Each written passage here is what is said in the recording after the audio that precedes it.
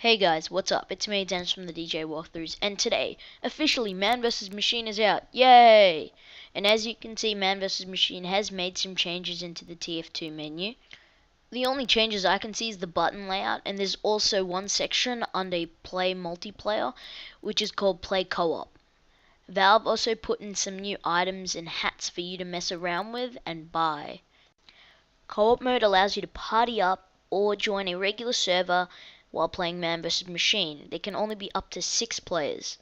Here are the items Valve added. The Tour of Duty, which is some sort of ticket. I'm not sure what it does. The Squad Skrill voucher. The Robot 3000, which is a hovering UFO, which is really cool. The cigar from the Man vs. Machine trailer. The Saxon Ale hat necklace, I'm guessing. And there's an Archimedes for your medic, which is actually really cool.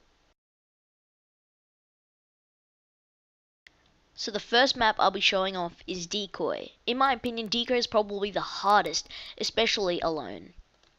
As you can see, when you start Decoy, you'll be greeted with the upgrade canteen. There you can buy some upgrades and press F4 when you have done buying your upgrades and you're ready.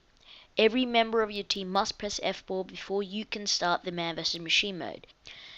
In the upgrade menu, you can upgrade your character's abilities, your weapon, your secondary, and your melee weapon. There's also the upgrade canteen, which is power-ups and etc. I've covered in part 2. You have to craft them for 5 scrap. Only one is equipable and only one is selectable out of the power-ups. After trying a few times on Decoy, I couldn't really get past the first wave at all.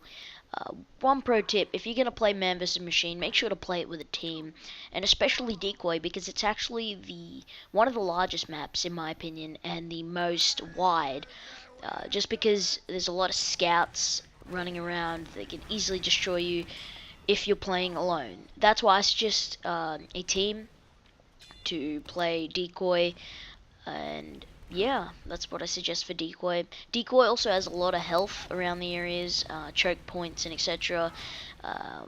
You can also flank around the map, which is really nice, but it's really difficult, especially with 3 pyros running around trying to burn you. So the next map we got here is Man Works, I believe, and it's actually relatively hard for most classes, especially alone. And as you can see, most of my demos here showing off the maps, I am playing alone, and most of the servers are pretty full in Australia and none of my friends are online. I'm just putting this out there.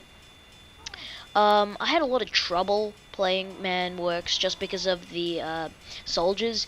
Now keep in mind that the heavy can shoot down projectiles like rockets, but it's going to cost you about 600 credits, which I didn't have at the time. And getting past wave 1 is extremely difficult. Yes, you can go back to the canteen after you're done killing a couple of soldiers, but after that there might be a higher chance of the soldier getting into your base and planting the bomb. I did fail a lot of times trying to get some gameplay in Man Works because Heavy's probably the most effective solo, just because he can eat a lot of damage. If you're gonna play solo, one class recommended is Heavy, just because he's much easier and he has got the most health. If you play something like Scout, you'll get demolished. And Pyros in Man vs. Machine as a group are really annoying because they can take you down in a couple of bursts. They are really annoying. And the final map we have is Call Town, and I found this map extremely easy. Well, not extremely easy, but relatively easy, just because in the first wave, there's a bunch of heavies running at you with boxing gloves. After a while you kill all those heavies, there's a lot of scouts. And I've noticed something. I think that the scouts drop a sandwich. I don't know if I'm correct on this or not. Please correct me if I'm wrong. In my opinion, I think Call Town is probably the most compact, with a lot of buildings and a lot of health, and the least wide, just because it's, I think it's a little longer than the other maps, but it's just way easier just because there's a bunch of heavies running at you in the first wave. As a lot more waves progress, I think that this map does get harder, But as you can see, at the wave 1, it's not as hard as the rest. So I'd like to thank you guys for tuning in for this coverage of Man vs Machine. I did spend a lot of time doing this, doing all of the Man vs Machine news, so I would really appreciate it if you can give this video a like, and that's all I want from you guys. So thank you for watching this video, and leave comments down below, haters. Bye.